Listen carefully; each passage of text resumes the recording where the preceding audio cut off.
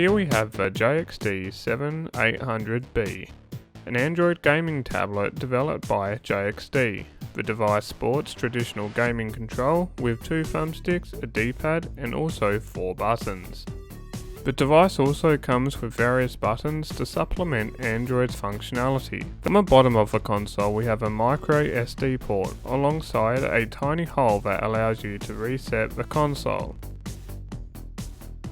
On the back there isn't really much to see besides a useless 1.9 megapixel camera.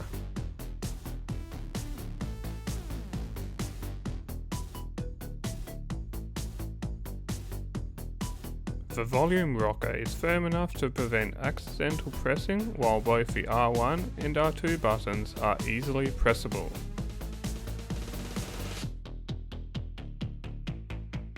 On the top of the console we have our HDMI, USB, microphone and power port. Again on the left side, the L2 and the L1 buttons are easily pressable, and we also have the power button located on this side. Here we have the select, start, menu and back button. The digital buttons feel somewhat wobbly but still work fine under games that require fast, rapid presses. The joysticks are much better than the flat ones, but however the tops feel like they rotate slightly as you use them. Now here we have our home button and our game mapper button, a button you'll need to get used to when using the default key mapping tool. The D-pad is better than what is featured in most consoles, allowing easy fast movements with it not just being like a joystick with a different top, much like the D-pad is in other tablets.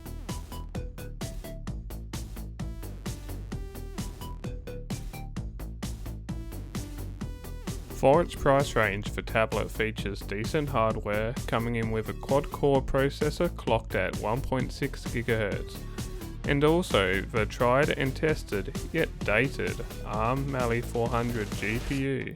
While the GPU is dated, emulation mainly relies on the processor. The device also features plenty of RAM with 2 GB of DDR3.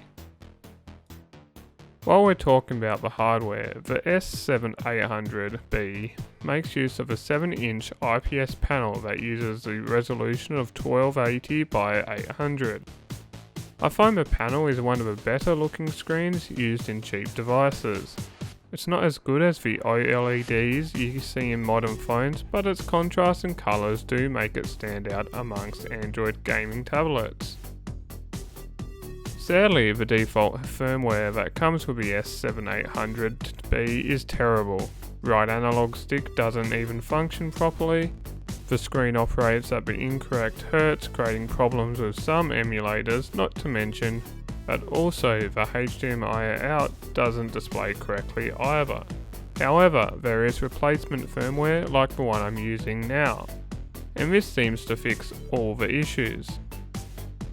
An added advantage of this firmware is that it uses Tin Core's mapping tool, which is more reliable and provides better compatibility, allowing it to work with more games and emulators without any changes from the user, unlike the default ones that come with the device.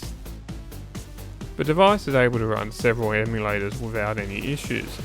As such, we'll run through some games now to show you how capable this device actually is.